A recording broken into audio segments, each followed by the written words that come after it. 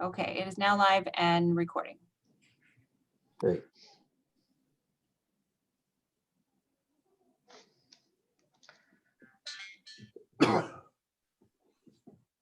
We've got people headed in, so we're going to give them a couple of minutes to come in from the waiting room. Sounds good.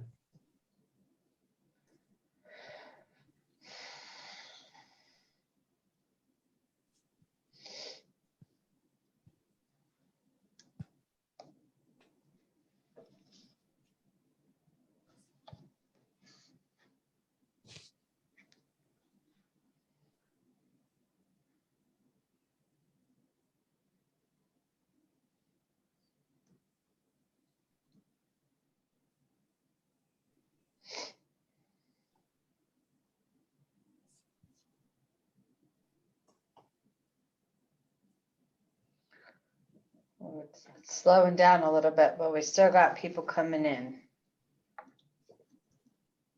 All right.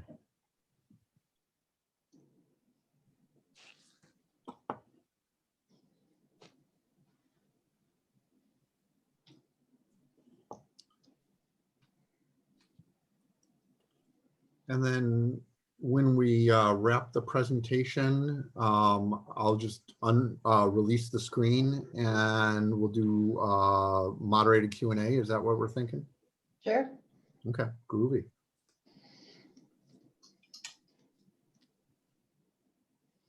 If they come in the form of the chat, people can also just unmute themselves and ask questions. Good deal.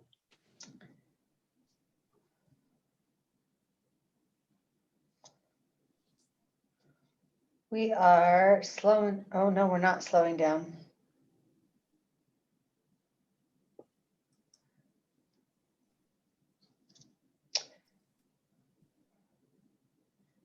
I'm gonna give it one more minute and then we will get going. All right.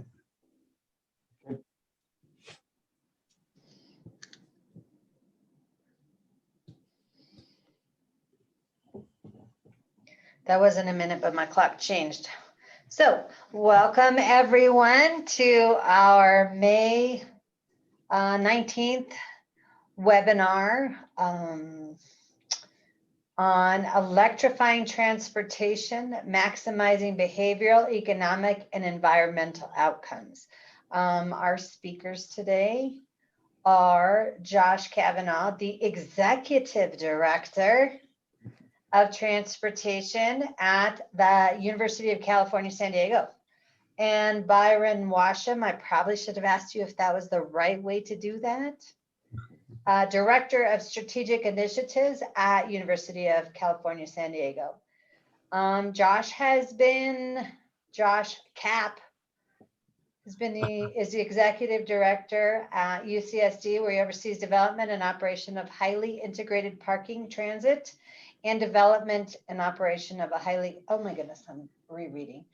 Transportation Demand Management Program. He has held transportation leadership roles with University of California, University of Washington, University of New Mexico, and Amazon.com. And industry leadership roles with the Association for Commuter Transportation, International Parking and Mobility Institute, as well as our wonderful Southwest Parking and Transportation Association. Way back when we didn't have the transportation in our association, so we were just SWPA, not SWPTA. And PIPTA. He led the University of Washington to the highest organizational honors in both parking and transportation demand management industries, and was individually recognized as IPMI's 2014 Parking Professional of the Year. Good job, Josh. Byron is the Director of Strategic Energy Initiatives at UCSD, where he co-leads the university's efforts to establish a highly innovative clean energy plan that will also serve as a premier example to institutions internationally. We can all use that. His previous achievements include 8 technical world records for the conversion of sunlight to electricity, while founder and CEO of Advanco Corp. Mr. Washom has been a key advisor on a wide range of clean energy technologies to the World Bank, the International Energy Agency, the U.S. Department of Energy, national laboratories, and numerous regulated utilities and corporations. He is a 4-time Rockefeller Foundation grantee and a Heinz Foundation grantee.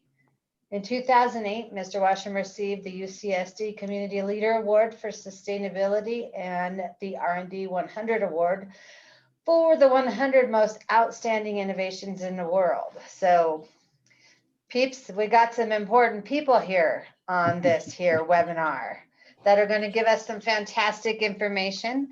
So what we're going to do is listen to these gentlemen give us some conversation.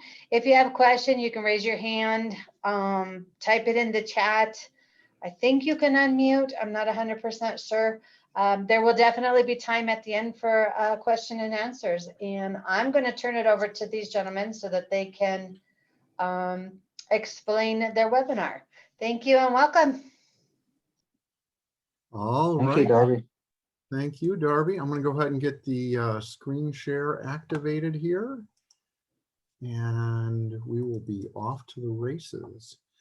So greetings, everyone. Again, Josh, Kavanagh, and Darby and I were just having a little trip down memory lane. I was also one of the SWPTA. I hear that debate is still going strong as to how to say it. OG's back in the day. Happy, I believe, 20th anniversary to you all, and hope to see you in Las Vegas to celebrate. So Byron and I are part of the team at Resource Management and Planning at UC San Diego, and delighted to be able to join you today and tell you a little bit about what we've got cooking. So I'm going to start with my own story, though, because, well, I have a value system that has me fundamentally believing in EVs as an environmental solution and trying to build a better world. The reality is I struggled for many years to reconcile that with my job. As I understood it, I'm a parking person in my soul. And so my goal is to run a nice, orderly parking operation to get as many cars in as possible.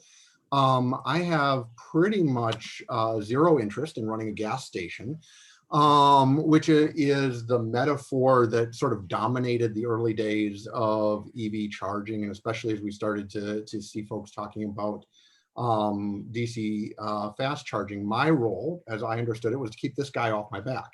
Our distinguished professors who, if they couldn't find a space, or if I was telling them that they needed to move their vehicles so that they could, or so that one of their colleagues could charge, I was the devil incarnate.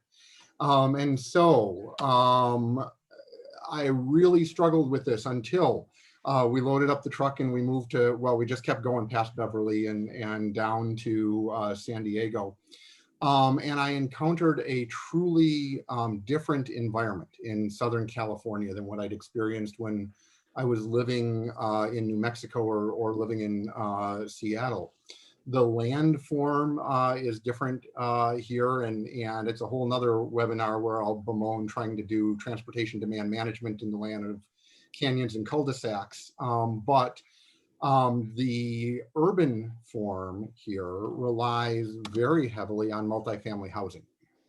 And so I was, for many, many years, of the mind that, look, if you're going to be an EV driver, you're going to do home charging, you're going to charge your vehicle overnight. And for our folks that are living in condos, and if we look at the housing stock surrounding UC San Diego, where many of our students, a lot of our faculty, some of our staff live in the La Jolla area, they're renting, not owning, or they're in HOAs that heavily regulate things. Installing private charging in there is a bridge too far. And there simply isn't enough, even for those property managers who had the foresight to install EV charging. There's not enough capacity to go around and satisfy the demand that would otherwise be there. And so if we want to support our EV commuters that are coming to the campus, we need a different solution. So that takes me to these silos. And you heard Byron's pedigree there at the beginning. And I like to be around people that challenge me. And oh boy, was I in for it when I came here. And so Byron pictured here with me, along with Kevin Norris, who is also an innovator in the space and really flexes his muscle on the infrastructure side for us, have kept me running since the moment I got on campus. And it's been a fantastic partnership, because all three of us like to be challenged, and we challenge each other. And it's sort of a match made in heaven that way. So Byron and I are undoubtedly going to drop a little specific lingo during the course of things. And so for those of you who have not been thoroughly embedded in the world of EVs, ESVs, or the electric vehicle supply equipment, these are your chargers, right? And they're the brains, or in some cases not so brainy parts of the operation, but increasingly so. And we're going to talk about what we're doing with intelligent charging a little bit going forward.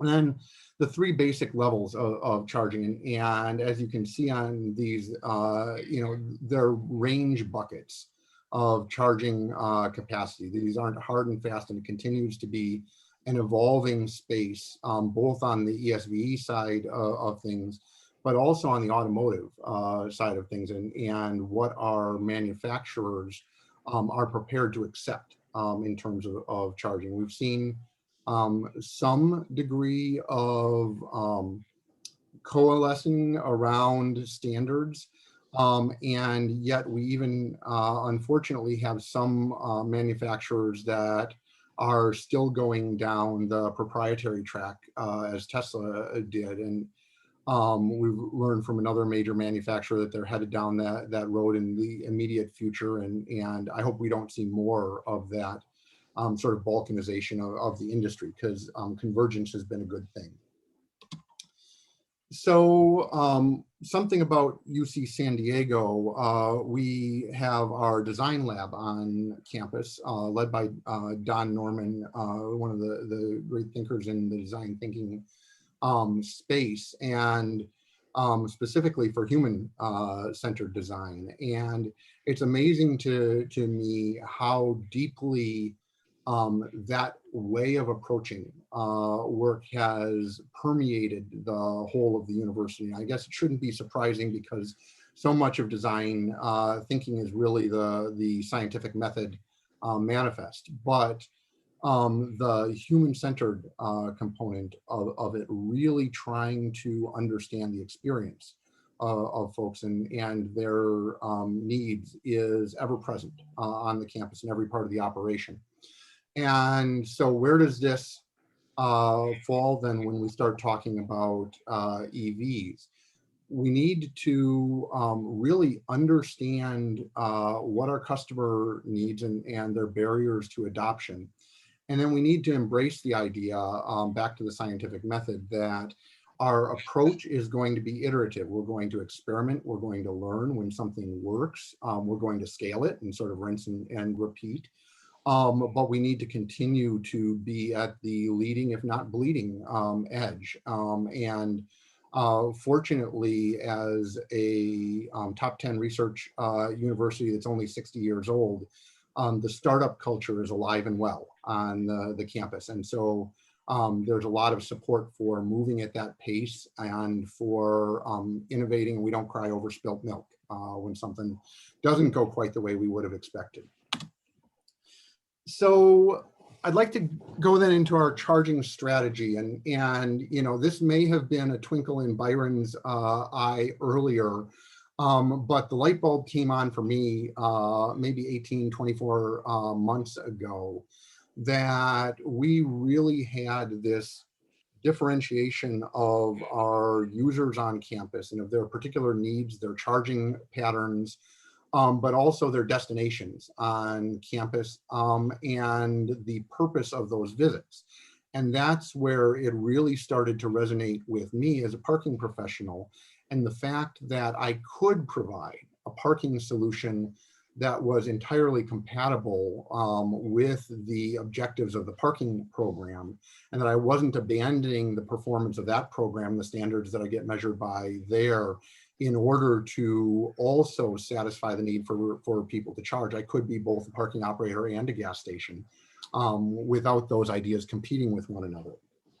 And so if we take a look at the chart on the left, we've broken down sort of the use patterns on campus and our various folks that are coming.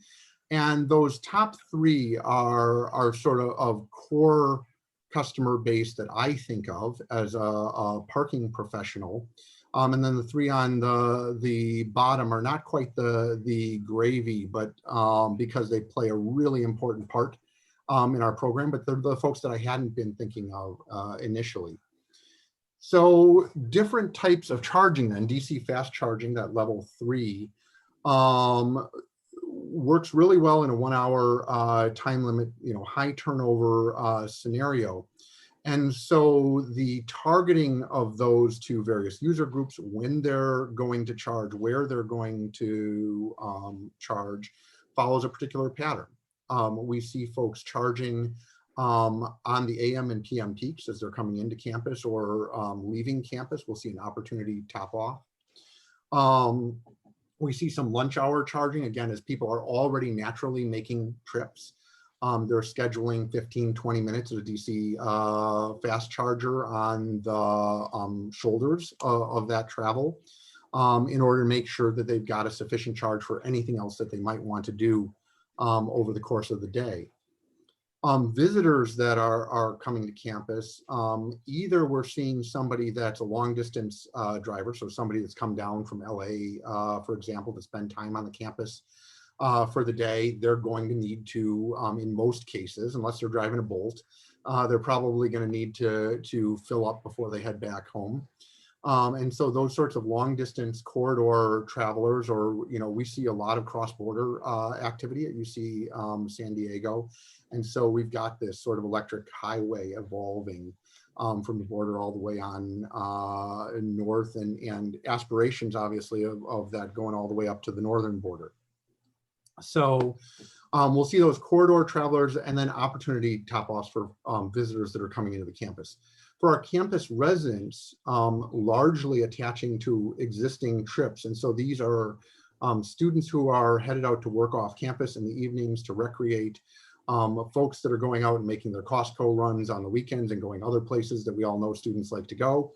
Again, attaching to those existing trips. What I didn't fully appreciate was the opportunity to use the fallow charging capacity that we have for our campus fleet and for our commercial and TNC drivers. And so we're seeing a lot of those folks that are using our charging off peak hours, and that presents a huge opportunity for us as a campus to get better utilization of our infrastructure. And we'll talk more about that in time. And I'll apologize for a typographical issue in the chart here. Our fleet should be really focused on the overnight here as opposed to the TNC and commercial. So level 2 charging, this is the place where you can fill up in about 4 hours depending on your particular vehicle and your state of charge when you pull in. This is good for a medium-term visitor to the campus, but it doesn't solve a lot of the needs of most others. Our commuters want to leave their cars parked longer. Our residents want to leave their cars parked longer. Neighbors, folks from the TNCs, et cetera, aren't naturally coming to campus for that long of a period of time. And so within reason, what's starting to think about our portfolio this way showed me is that the L2 is dying.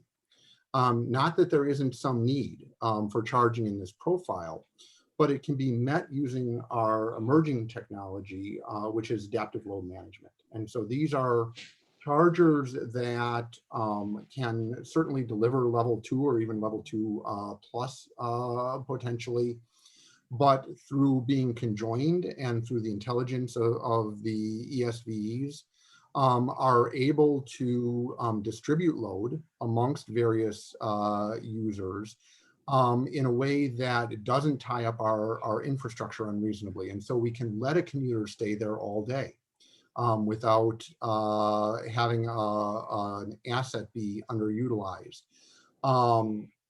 We can allow our residents to sit in those stalls overnight without an asset being underutilized. And this is a huge customer service win for us. And because when all the stations aren't full, they're able to charge at that level 2 pace. They backfill the limited use case of level 2 chargers for our campus visitors. So we are reusing all of our existing level 2 ESVs on the campus for visitors. And I'm not interested in tearing any of those out before the end of their useful life. However, all of the new capacity that we have going in is really in our right and left columns. It's DC fast chargers and it's adaptive load management chargers that give us the ultimate flexibility.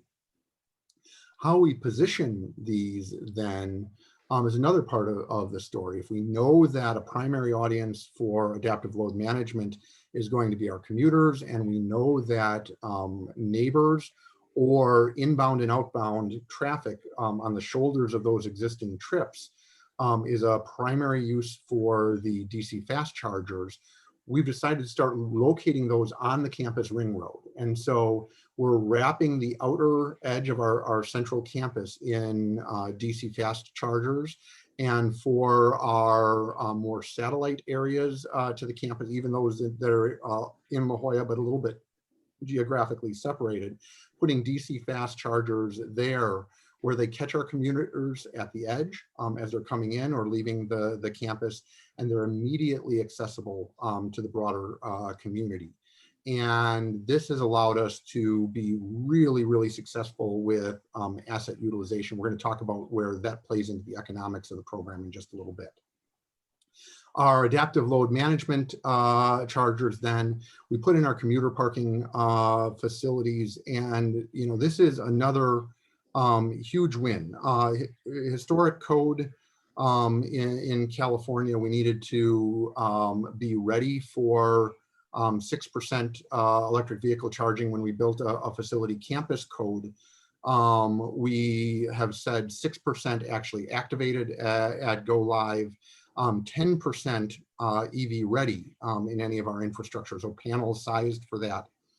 With adaptive load management, the same size panels, we're able to go all the way up to 40% EV. And so we're now designing our facilities to accommodate panels, to have the conduit in place, to know where all the runs are going to be, and be designed out to go to 40% EV. And we'll talk more about why that's maybe not such an unrealistic number looking forward. So this is the performance of our DCFCs over time, and you can see we're pushing out a lot of electrons in this case. You can also see in this one the diversity of charging equipment that we've experimented with on the campus. Going up to about March of 19 there, just a little bit later, we were really focused on DC fast chargers that were part of the research enterprise. So proving out the appetite for this technology, and then also doing some experimentation with those in vehicle to grid. And those all had free charging associated with them. So it's understandable why we would be pushing so many electrons out there. Free is my favorite four-letter word, although I use others occasionally. And once we started peeling those out of the system and replacing them with commercial DC fast chargers, we saw a little bit of drop off in demand, but it had a really nice recovery up until we hit COVID. And then even seeing a good base load with COVID from the surrounding community, although even they are traveling less during this period, and that's impacted overall demand. We're already starting to see the recovery of that. You can see in the tail there in February and March, and only expecting that to rise as we move forward. And also as people are putting those stimmies to use and going out and picking up new electric vehicles. So here we start to look at the diversity of our charging network, again, on the campus and charging over time. And there are a lot of stories one could take away from this. The one that I take away is the extraordinary, really exponential growth of charging on the campus over time. And we've been incredibly successful with that, both because of our rate of deployment, but also the rich incentive environment that we have in California for EV acquisition, and the fact that as a state entity, and then also through Byron's leadership, we've partnered with a lot of manufacturers and dealers to make fleet pricing available to the university community. And so we're pushing EVs out into the hands of the university community at prices like $200 to $500 over dealer invoice, and put out some really remarkable lease deals as well. And Byron, jump in, but I'm remembering lease deals as low as like $79 a month to get somebody in a not a PHEV, a true PEV. Right. Well, we back in the day, yes, leaves were on the order of $79 a month. Our cheapest one was a Daimler Smart Car at about $49 a month. And so we were experiencing a growth rate of 8 new EV commuters for every 1 charger we installed. And that equated to about an 8% per month growth rate. So we've been flapping our wings as fast as we can with Josh's help to keep installing more and more chargers, because there is a cause and effect. If we build it, they will come. It is a field of dreams scenario for our particular market demographics. And I think that's a great point, and back to design thinking, the scientific method. Through this sort of incremental build out, we've had the proof of concept on this. We've been able to show the return both in behavior, but also in economics. And that has justified continuing investment. So the other reason things have worked so well is we're not necessarily adding a whole bunch of new L2 ports in order to push that out, again, through adaptive load management and through marketing, through pricing. We've been able to spread the peak in the day and get closer and closer to round the clock utilization of our assets. And we're obviously not done yet. Byron and I were taking advantage of some of the unfettered time together while we were waiting for y'all to log on to plan out a new pricing scheme that's going to help drive more off-peak activity on campus in terms of charging, but also drive people to be charging at the time when the energy on the grid is the cleanest. And we go through some measures and some pretty significant investments to ensure that every electron we dispense is a green electron. But to the extent that we are charging when the California grid is rich with renewables, it's a mitzvah, and we want to keep that going and make sure that the greenest energy available is what's coming out of our chargers, and that to the extent that offsets and other things are required, that those are available to the broader market as well. We don't want to be hogs at the trough with that. We want to make sure that everybody is in a position to dispense green energy. So I'm going to turn the reins over to Byron to talk about our 4S charging strategy here in just a second. But was there anything else you wanted to highlight on this chart, Byron? No, just the observation that the hours of utilization is broadening, and then you see at about 9 to 10 a.m. you see also a rise in intensity of the usage rate. So ultimately, you want a 24/7, 8760 utilization of the assets, and that's when you'll have the most sustainable business model. Pre-COVID, we were headed in that direction, and we look forward to the rebound. Great. All right, Byron, if you'd grab the reins. Okay. So what we're trying to do here, as Josh alluded to, we're trying to shape the load curve that is occurring, as well as shift it. The shape is really moving EV owners to charge at the workplace rather than at home, just because the carbon intensity of the grid electron is highest during the nighttime and lowest in the middle of the day because of our surplus of renewable energy in California. And so we are trying to reshape when they charge and where they charge to workplace. Also included in that is the shifting of the period of time in which they charge. So with adjustable load management, when you pull in, you plug in through your cell phone how many miles you want to add and what time's your departure. We then optimize that system so everyone is satisfied, and we attune the charging rate to, again, the surplus of renewable energy on the grid. So we call this the EV happy hour. And by doing so, we're really becoming the highest intelligent charging that you can possibly achieve. Next slide, please. And so in California, we have what's called a LCFS, low carbon fuel standard, which is basically an adjustment of the forecasted price for electricity based upon carbon intensity. The dirtier it is, the more the electricity should cost.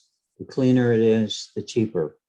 So by participating in this market and charging the way that we do, we get about 22 cents a kilowatt hour for being involved in this program, LCFS credits. On average, our revenue, our retail price is 15 cents a kilowatt hour, and that just about covers all of our operational costs.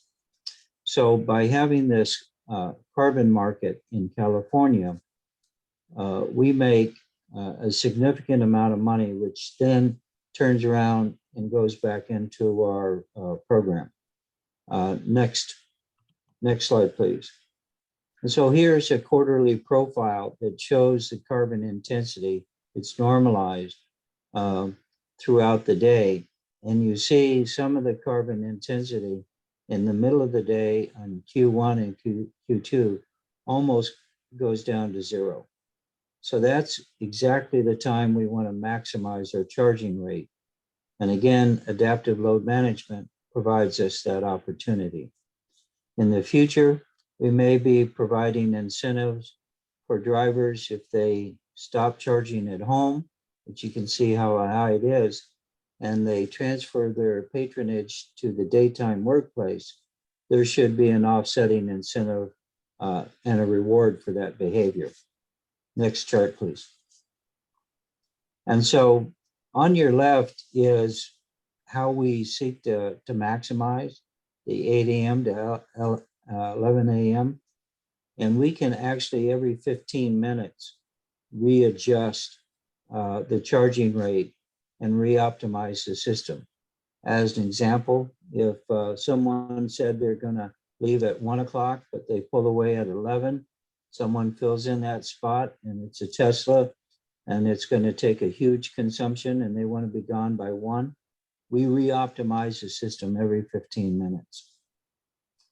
And by having a lower cost of capital for this equipment, i.e. there's less utility upgrades to install it, and the price of the charger itself, and our additional revenue from the LCFS credits permits us to allow people to have a long dwell time rather than forcing them out at the end of 4 hours, which is it is the number one gripe of customer satisfaction.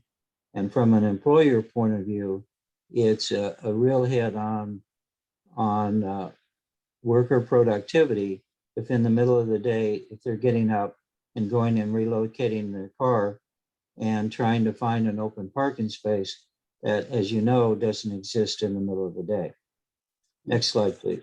And I'll add to Byron's point there that historic inefficiency of moving the vehicle was a barrier to ownership for folks. There are folks that would far rather fill up the gasoline tank once a week than have to shuffle their vehicle around during the day, and I can't blame them for that. So we're meeting them where they are.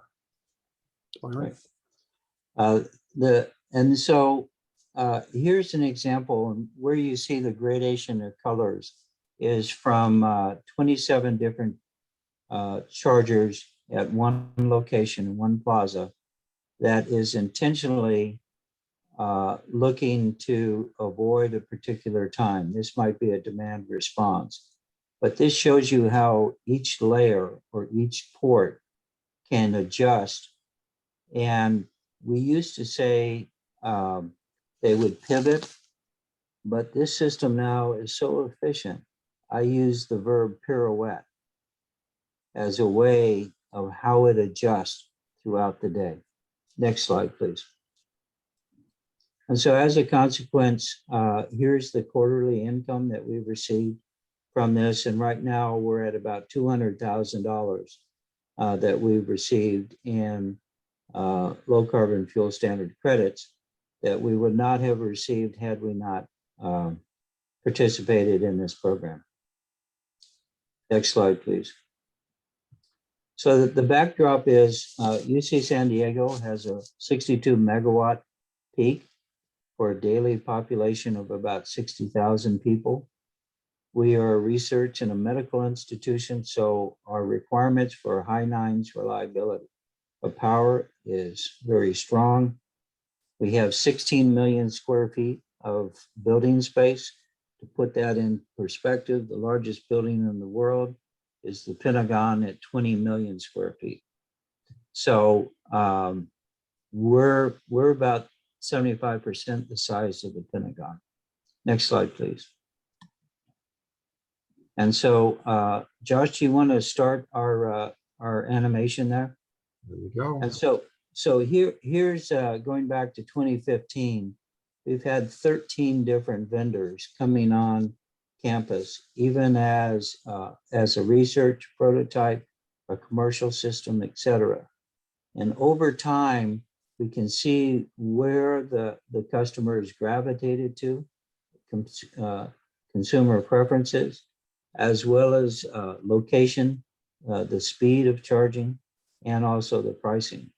So on your left is a burst out chart of how our portfolio has been divided over time. And what you see here, again, is this growth rate of 8% a month pre-COVID that has just kept growing and growing. So we right now are the single largest charging hub in all of San Diego. And about 25% of all the EV charge point customers who reside in San Diego has had at least one interface with one of our chargers.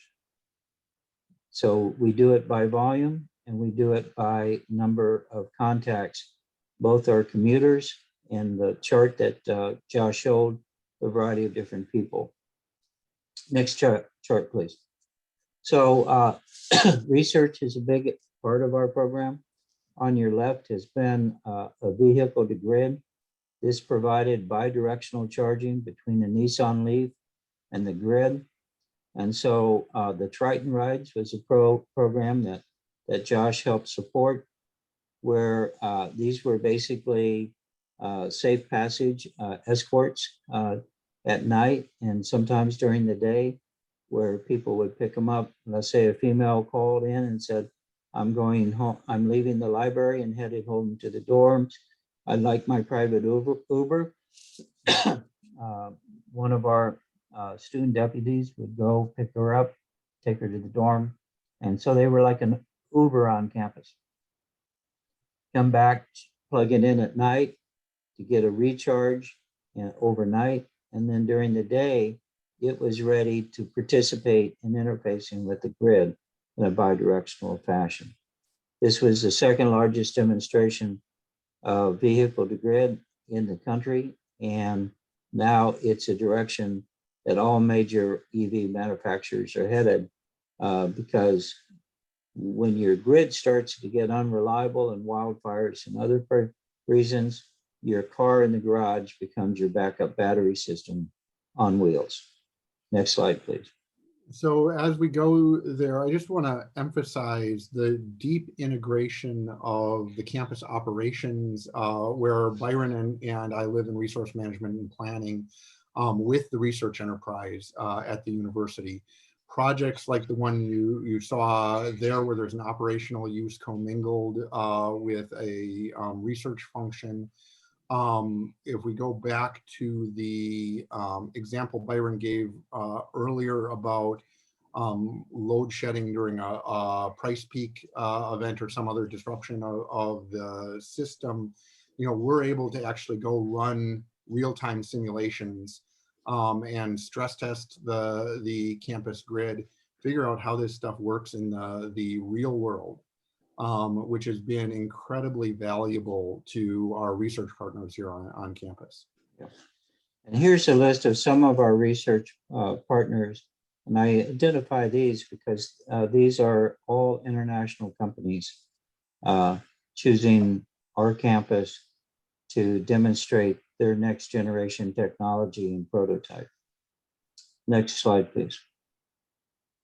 And so with that comes a wealth of data from all of these different systems. And so we've compiled a database almost unsurpassed, where we layer by layer began to increase the knowledge that we have behind what starts at with just a generic charging session. And then we build it up to the fact that we are integrated with GIS and other databases. Next slide, please. A major emphasis now in the Biden administration, as well as in California, is equity, diversity, and inclusion of the EV evolution to all sectors of our society, particularly the underserved. The Biden administration is talking about 40% of their infrastructure going into, in all aspects, going into underserved communities. In electric vehicles, the early adopters, it was the providence of the wealthy white males living on the California coastline. And as you can see in the map on your right, the distribution of chargers in San Diego, the dotted area there is south of 8, which is our underserved, disadvantaged communities, low income, as compared to the highly served areas above. We're never going to penetrate our goals or achieve our goals as a society with electric vehicles if this type of disparity continues. So we continue to push for EV ownership in these areas. We have about 2,000 of our employees live in such an area. And so we're starting a ride and drive program. And so our belief is that if you can provide equitable, affordable, and accessible EV charging at the workplace, then one does not need to have a home charger in their non-existent garage. And on your left is a heat map that shows by area and by volume where our largest by volume kilowatt hours patronage comes from. Next slide, please. And I'll just emphasize here the sort of full circle back to where I started my evolution with multifamily housing being a barrier to operations the way I was viewing them at the time.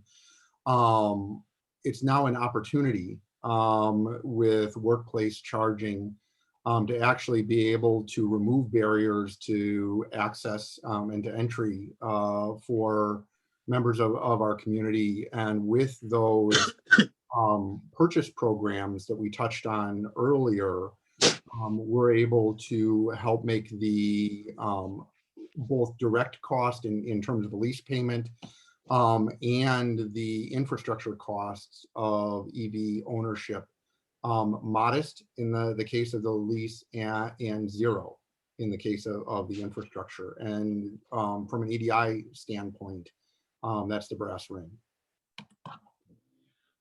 And so this is what Josh was just alluded to. And these are our 6 focus areas that go over and above infrastructure.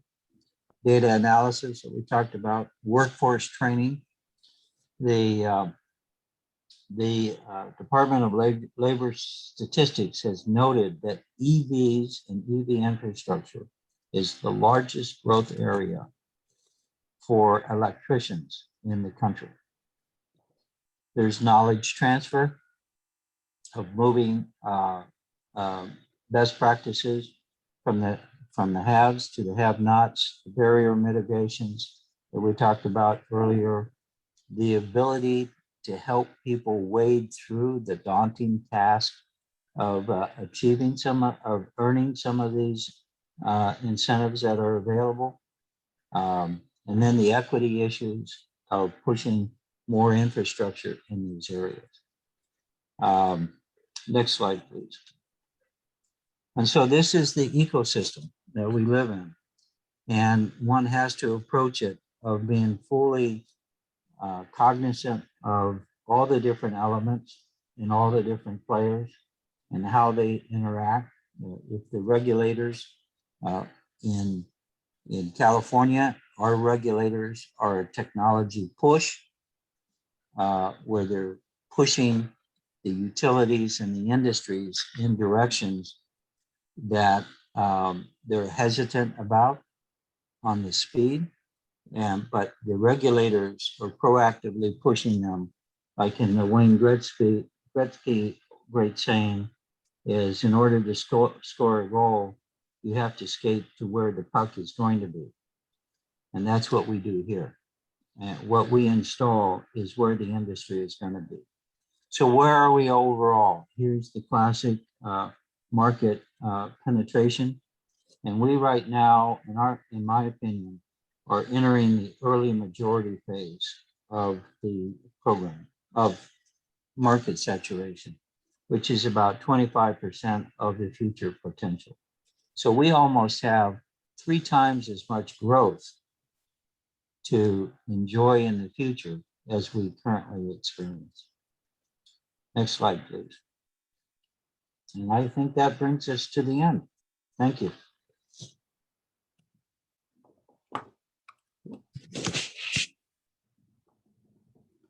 So with that, we hope we have stimulated a few questions in your minds, and we'd love to continue the conversation. And feel free to unmute your mic, drop it in the chat or the Q&A, whatever fits your fancy.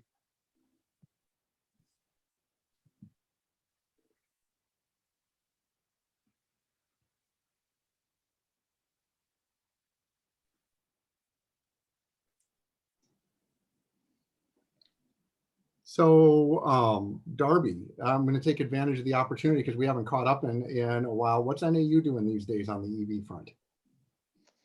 Well, that was kind of one of the things that I was getting ready to unmute to ask. We've got, I don't know, 16 or so charging stations in a garage, 2 out by our union and 2 over by our president's building, administrative building. Yep. We've had a challenge with getting people out because it's not permit specific. The garage obviously has been a little bit prohibitive because you have to pay to get in. But what people were doing is just parking and plugging in and charging until they weren't charging anymore and just staying plugged in. So Flagstaff doesn't have that big of a demand yet for electric vehicles. However, the university's got to push to go more towards electric vehicles. So from our standpoint, we've had some issues kind of signing it and getting people to leave. Or maybe you talked about it and I just didn't hear.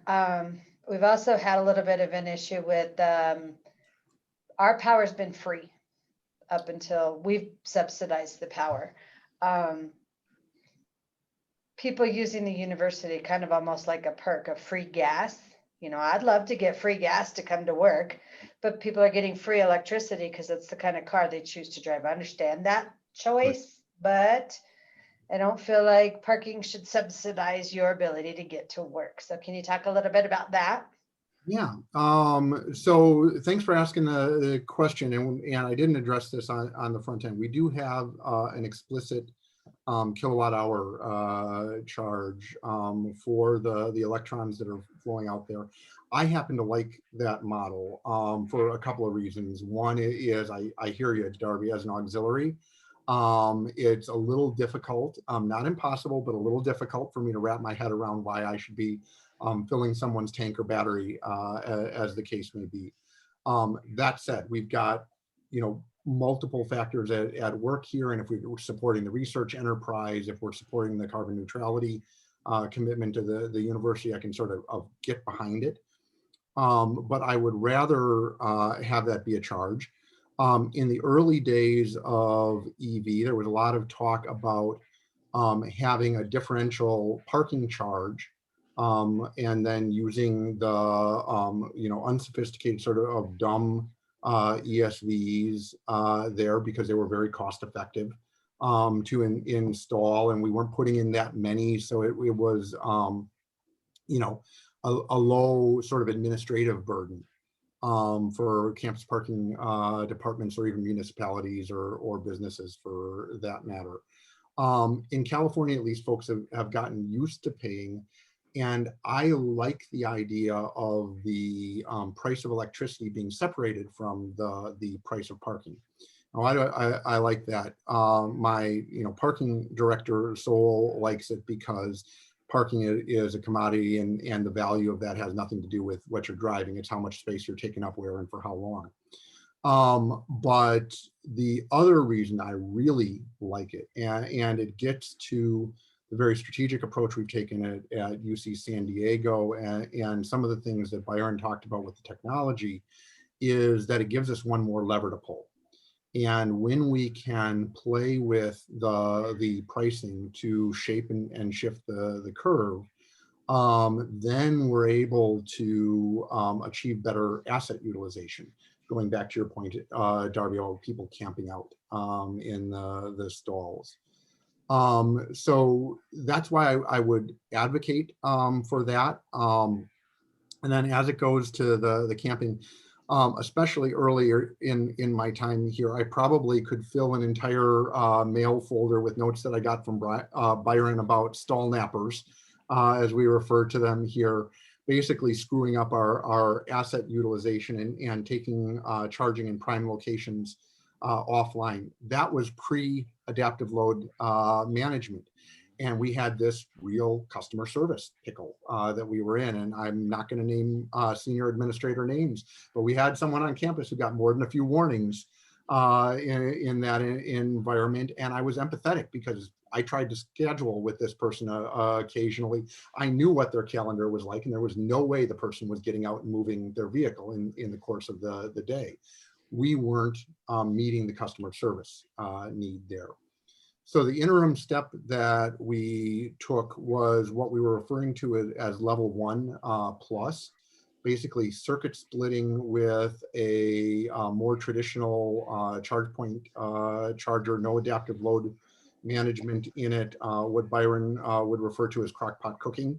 That we would let people plug in at the beginning of the day, and it would sort of trickle in over the course of the day, and they'd be ready when it went home. But even that wasn't using our infrastructure from a grid capacity standpoint effectively, nor was it serving that sort of dual purpose of being able to satisfy somebody who needed to get in and out a little bit quicker. And so if we went back to that customer matrix I shared in the beginning, that was no good for the visitor. It was great for the customer, the commuter, but it was no good for the visitor. And so by migrating over to adaptive load management, we've been able to solve for that. And Byron, here's where I turn to you and your sort of depth of knowledge of state of play in the industry. Is there anyone doing adaptive load management that is not in the commercial charging business? And so if somebody like Darby's University still wanted to give away the electrons for free, I know you don't want to, Darby, and I don't blame you for it. Is there an option, or is this really going to force campuses like NAU to move into the commercial charging space? Well, adaptive load management, putting price aside for the moment, retail price aside for the moment, it elevates your customer satisfaction to where it needs to be, pure and simple. And they do it by avoiding utility upgrades to give full power to all ports at any one time. And so as an example, we took out 10 level 2 chargers from Shell and replaced them with 17 chargers. Another place we took out 7 chargers and replaced them with adaptive load management of, I think, 27. And so the bottom line is that for the same infrastructure, you're getting more ports in there, allowing people to spend time that they would otherwise if they weren't in an EV. So that's the first accomplishment. Now, if on your pricing, you have to recover your electricity cost, we do that just with our retail pricing. If you want to make some profit and some capital return that then goes back and funds other programs, we get that from the carbon credits. One could raise the retail price in absence of a carbon program, but you have to remember you're constantly competing against the price alternative of home charging. So there is elasticity of demand, and your primary workplace competition is home charging. And the last thing that you want to have happen is that you price yourself out of the market, people stop utilizing you, and you end up with stranded assets. And as you all know, there's no greater sin on a campus than to have an unused parking spot that's laying fallow. So that's it. I notice we have another question about directing people to, how do we direct people to where they are? We have 2 primary vendors right now, ChargePoint and PowerPoint. ChargePoint is for the traditional level 2s. PowerFlex is for adaptive load management. Both of them have websites that will not only direct you to available chargers, but you can actually put your name on the reserve list. And so if you're inbound and you're going to be there within X amount of minutes, they will lock out that charger for you and await your arrival. So when a car pulls in, only you can activate that charger. And so there's a reserve system. If everything is full, you can also go on the standby waiting list. So those are the features of providing the consumer to go directly to a charger rather than to hunt around for a charger. I'm going to add on top of that, that while we haven't created an integrated interface for the feeds that are coming directly from our commercial charging partners, we have parking occupancy and guidance system, or systems, I should say, in place on the campus. We're actually working with, I think we're at 4 different vendors on that right now. We use the APIs and data from each of those systems and cook it together into a single user interface that we push out through the campus app. And so parking stall availability, including typology down to the EV level, so it doesn't specify which vendor, is available in the campus app. And so the next iteration on that would be to be able to direct people to their preferred vendor or their preferred intensity of charging. And that should be easily within reach as we continue to build out that integrated interface for parking occupancy and guidance. And just to tag on to that, the ability to reserve a stall or go on a wait list gives a tremendous amount of comfort that if someone starts out in the morning and they know they have enough juice to get to school, but they don't have enough juice to get home, giving them that comfort that either something is open and waiting or you're first on the list to get charged gives a peace of mind during the course of the day where you don't have to worry about what are you going to do at 5 p.m. And at 5 p.m. for the shoulder charging on those trips home, it allows people to time their departure. And so I would far rather that somebody was in the comfort of their office answering a couple of extra emails than that they were idling in my parking, well, not idling in an EV, but sitting in the parking lot waiting for the stall to open up and becoming increasingly frustrated with me. So.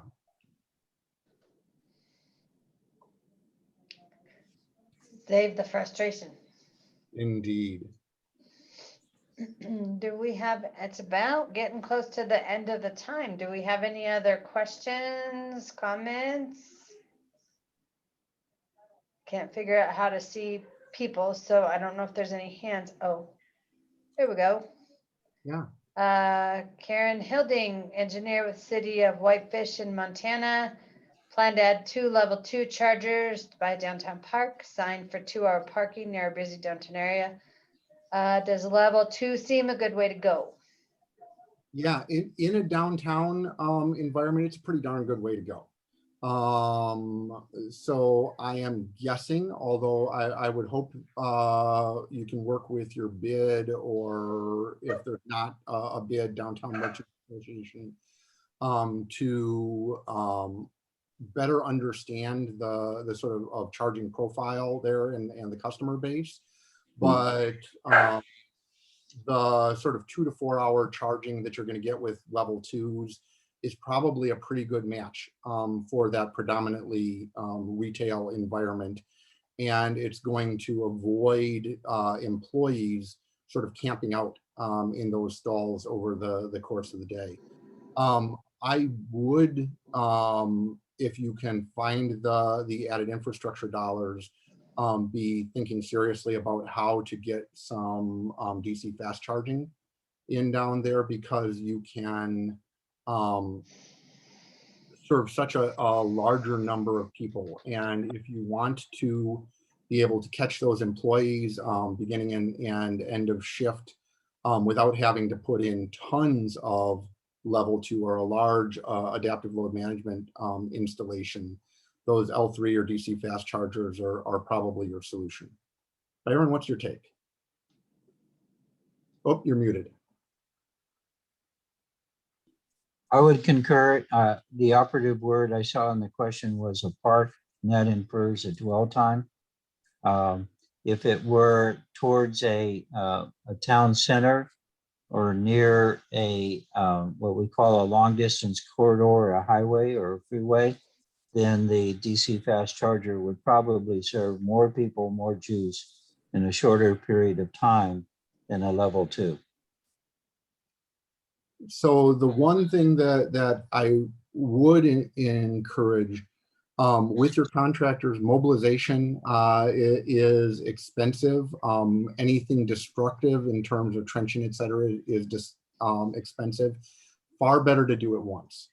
And so one of our strategies that's proven very successful on the campus is to create stub-ups. So anytime we go out and do a project in an existing facility, and especially in our surface lots, we are overbuilding in terms of conduit at a very low incremental cost, so that we can be prepared to grow. And I like to bet on my own success. And this is a case where I would bet on your success as well. And try to make sure that you invest that little increment extra to be ready to grow. Yeah, I can't overstate the, I'd love to sit here and say I perfectly planned an 8% growth per month, but I can't. And we've been flapping our wings as fast as we can ever since. And I don't see the end in sight. The uptake is that strong. This is a true market-driven, consumer-driven evolution that is occurring that was very, very difficult to foresee. I'll just add one more argument in favor of overbuilding your infrastructure in advance, even if you're not activating it.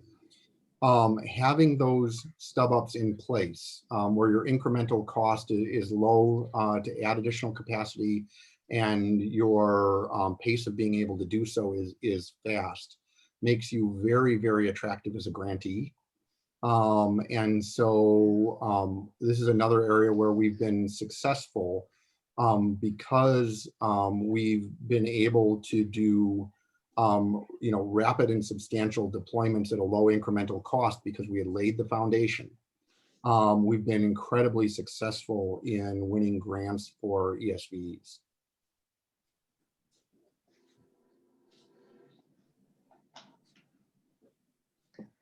That is some pretty awesome information, everybody. Thank you. Do we have any other questions or anything?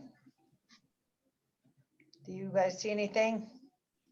I do not, but I invite you, feel free to send me a note, Josh K at ucsd.edu at any point along the way. Would be very happy to help you out in any way that we can. Very good. Perfect. Thank you, guys. We've got some amazing information from some amazing speakers, as you can tell.